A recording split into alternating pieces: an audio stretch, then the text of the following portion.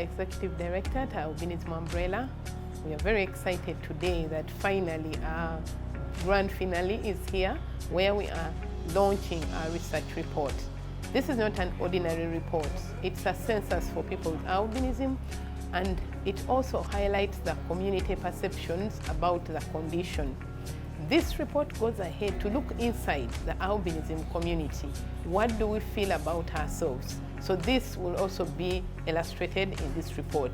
We are excited. We have policymakers in the house. We have different ministries, departments, and agencies. And today we want them to commit to change the lives of persons with albinism.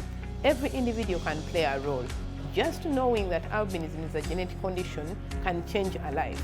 It is inherited from both parents, so it is not a woman's problem, it is both parents. This is our excitement today. This report is a baseline for persons with albinism.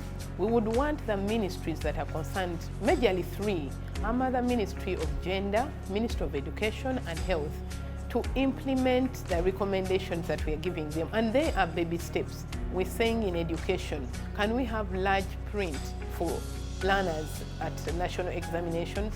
Can we have teachers give reasonable accommodation to these children when they're in class? In the Ministry of Health, we are heavily affected by the sun, and skin cancer accounts for 80% of deaths of persons with albinism, which is a very preventable disease. We're saying, can we have sunscreens as an essential drug for people with albinism? And can we have the government, it may not procure them today, but put in plan that they are in health center falls, because we know our health system, not many can get to the regional hospital, but our plight is that they will get to the health center falls.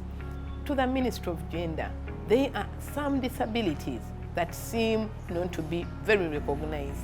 Can albinism, can autism, can any other invisible, the mental health, come on top? We've had the lion's share on some disabilities, maybe the big four, like in sports. But today we are saying, let's focus on the seemingly invisible disabilities and amplify their plight.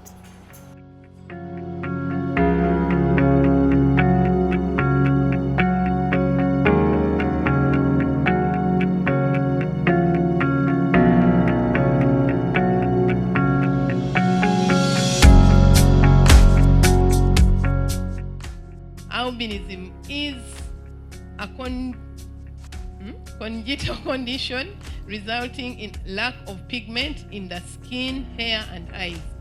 Emphasis inherited from both parents. Both. What is the problem? We need to put this in the global context. So globally, 1 in every 20,000 either have albinism or carry the gene. Globally, at that level. And in Africa, the number is more, that 1 in every 15,000. Sub-Saharan Africa, getting closer to home, it is most common here and about 1,000-fold higher at risk of getting skin cancer as in the general population. People with albinism have different challenges. One of them is skin cancer, the ritual sacrifice, and the stigma that you all know. Most importantly, I begin to hit on the statistics that we have found out that 43.5% of people with albinism face rejection either at hospitals, in schools, and other social services. 43%. The methodology we used was really robust, headed by a doctor who's gone through all this research. We didn't do any shortcut. The Uganda National Council of Science and Technology approves all researches that have human subjects. So we went through the ethical clearance, we went through that council, and it's then that I knew that because some of the tools we're using, for instance, we use GPS, that is a security issue. So we had to get clearance from the big house, State House, yes, but we went through all that. And what did we do?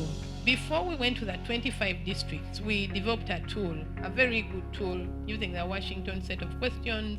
We wanted to look at the economic status, poverty index, and all this. So that tool was pre-tested in 5 districts.